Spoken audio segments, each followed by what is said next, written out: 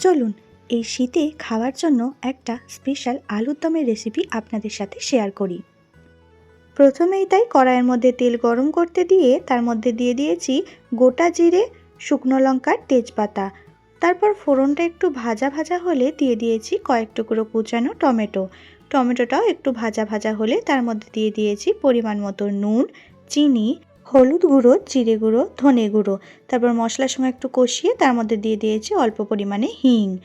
তারপর আগে থেকে সেদ্ধ করে রাখা আলুগুলোও কিন্তু এই মশলার মধ্যে দিয়ে ভালো করে কষিয়ে নিচ্ছি।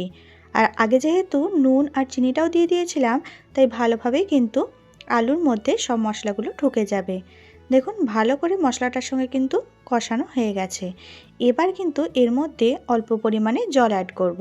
এখানে গরম জল অ্যাড করলে কিন্তু এর টেস্টটা আরও সুন্দর হয়। জল দেওয়ার পর খানিকক্ষণ এবার ফুটতে দিয়েছি। ফুটতে শুরু করলেই আগে থেকে মটরশুঁটিগুলোকে ছাড়িয়ে রেখেছিলাম। এখন তো বাজারে ফ্রেশ মটরশুঁটি পাওয়াই যাচ্ছে, সেখান থেকে কিনে আনা হয়েছিল। তো ছাড়িয়ে কয়েকটা দানা এখানে দিয়ে দিয়েছি। এরপর এখানে দিয়ে দিলাম অল্প পরিমাণে লঙ্কার গুঁড়ো। যেহেতু আমরা এখানে ভাজা মশলা ইউজ করব, তাই লঙ্কার পরিমাণটা কিন্তু খুবই অল্প দিয়েছিলাম। এই দেখুন আমরা এখানে আগে থেকে ভেজে রাখা জিরে আর শুকনো লঙ্কাটাকে গুঁড়ো করে এর মধ্যে অ্যাড করেছি। তাই জন্যে আমরা এখানে শুকনো লঙ্কার যে গুঁড়ো হয় সেটাকে কিন্তু অল্প পরিমাণে দিয়েছি। আপনারা আপনাদের টেস্ট অনুযায়ী অ্যাড করে নেবেন। আর এখানে আমরা অ্যাড করেছি কিশমিশ, কয়েকটা কুচি করে নিয়েছিলাম সেটাই।